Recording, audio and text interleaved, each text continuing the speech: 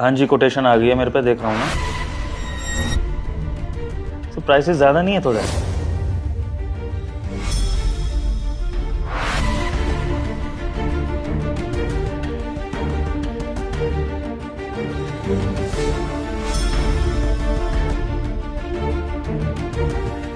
Sir वो meeting fix कर दी थी हम लोगों ने। हाँ, जितना मैं करता हूँ वही बात कर रहा हूँ। हाँ सर, बस टाइमिंग्स बता देना।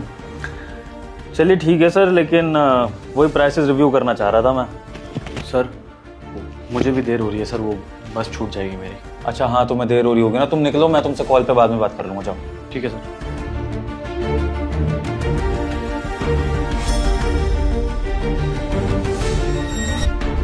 चलिए ठीक है सर, मैं कर लूँगा इस बारे में बात भी। अरे एडवांस तो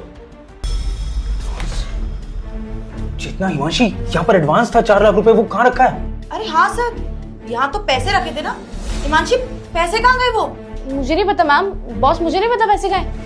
एक मिनट, अब हाँ शर्मा जी, हाँ मैं कह रहा था कि एडवांस रेडी है, कल मिलते हैं, मैं कल सबमिट करता हूँ एडवांस। हाँ मिलके बिल्कुल, कैश ही रखा है मेरे पास। Okay, thank you. क्या बात कर रहे हो आप दोनों? यहाँ पर 4 लाख रुपए कैश रखे होते शर्मा जी को एडवांस देने के लिए, और आप लोग कह रहे हो कि है नहीं। कहाँ गया कैश वो? सर मुझे कोई आइडिया नहीं है कि पैसे कहाँ चले गए हैं। सर इस कमरे में हम तीनों के अलावा एक और इंसान था, वो सिक्योरिटी गार्ड, और कितनी हड़बड़ी कर रहा था जाने में। पक्का उसी ने पैसे उठाए होंगे सर। हाँ सर, ये गरीब लोग ना ऐसे ही होते हैं। मुझे लगता है कि वही पैसे चुरा के भागा है, बड़ी जल्दी में भागा था। आप उसे बुलाइए ना, उसके पास हो सकते हैं पैसे। तो ऐसी बात है तो उसको बुलाना चाहिए ना, वो तो गाँव निकल जाएगा अपने। गार्ड ऊपर आओ एक बार।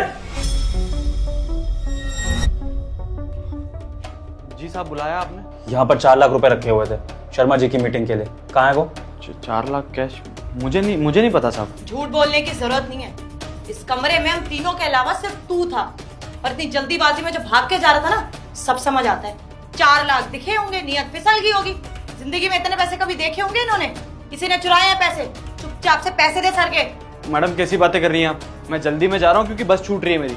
कोई चोरी वोरी नहीं करी है मैंने। जिस कंपनी में तुम काम कर रहे हो इतने सालों से, वो टाइम पे तुम्हें सैलरी दे देते हैं, कभी किसी चीज के लिए कमी नहीं करते हैं। तुम्हारी इतनी हिम्मत बढ़ गई कि बॉस के केबिन में खड़े होकर उनकी आंखों के सामने से 4 लाख रुपए चुरा के ले जाओगे और हमें पता भी नहीं चलेगा।